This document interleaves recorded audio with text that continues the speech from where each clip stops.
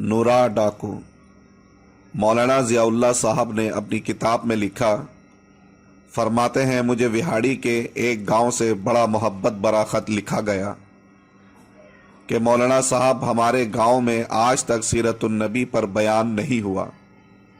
हमारा बहुत दिल करता है आप हमें वक्त इनायत फरमा दें, हम तैयारी कर लेंगे।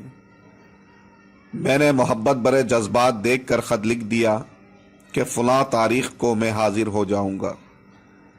दिए गए वक्त पर मैं फ़कीर ट्रेन पर से उतरकर तांगे पर बैठकर गांव पहुंच गया तो आगे मेज़बानों ने मुझे हदिया पेश करके कहा, मौलाना आप जा सकते हैं, हम बयान नहीं करवाना चाहते।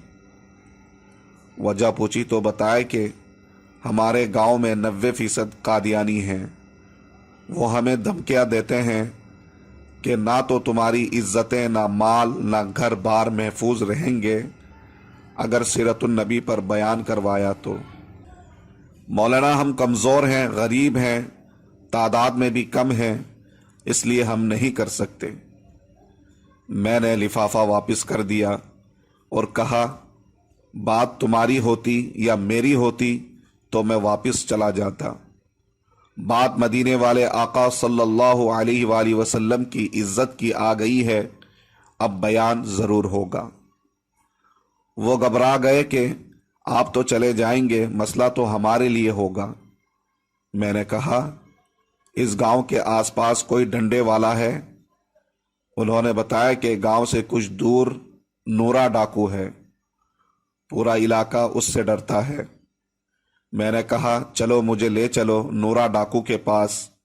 जब हम नूरे के डेरे पर पहुंचे, देखकर नूरा बोला, मौलवी आज मेरी तरफ कैसे आ गए? मैंने कहा कि बात हुजूर सल्लल्लाहु अलैहि वसल्लम की इज्जत की आ गई है, तुम कुछ करोगे? मेरी बात सुनकर नूरा बिजली की तरह खड़ा हुआ और बोला, मैं डाकू ज़रूर हूँ पर बेगैरत नहीं हूँ। वो हमें लेकर चल निकला। मैंने मस्जिद में 3 घंटे बयान किया और नूरा डटकर खड़ा रहा। आखिर में नूरे ने कहा कि अगर किसी ने मुसलमानों की तरफ आंख उठाकर भी देखा तो नूरे से बच नहीं सकेगा। मैं वापस आ गया। कुछ माह बाद मेरे घर पर एक आदमी आया, सर पर अमामा, चेहरे पर दाढ़ी, ज़बान पर दुरूद पाक का विर्द। मैंने पूछा, कौन हो? वो रोकर बोला, मौलाना मैं नूरा डाकू हूँ। जब उस दिन मैं वापस घर को लौटा, जाकर सो गया, आँख लगी ही थी, हमारे प्यारे मुस्तफ़ा करीम सल्लल्लाहु अलैहि वसल्लम मेरी ख्वाब में तशरीफ़ ले आए। मेरा माथा छूमा और फरमाया, आज तूने मेरी इज़्ज़त पर पहरा दिया है, मैं और मेरा अल्लाह तुम पर खुश हो गए हैं। अल्लाह ने तेरे पिछले सब गुनाह माफ़ फरमा दिए हैं। मौलाना साहब, उसके बाद मेरी आँख खुली तो सब कुछ बदल चुका था। अब तो हर वक्त आँखों से आंसू ही खुश्क नहीं होते। मौलाना साहब, मैं आपका शुक्रिया अदा करने आया हूँ। आपकी वजह से मेरी ज़िंदगी ही बदल गई, मेरी आखिरत संवर गई।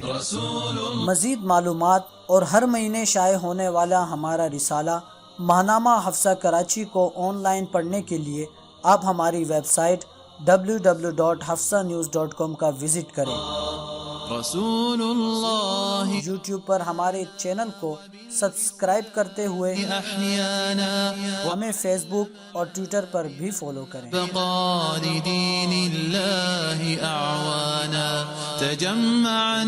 अपनी नेक दुआओं और तमन्नाओं में इदारा हफ्सा न्यूज़ को याद रखें।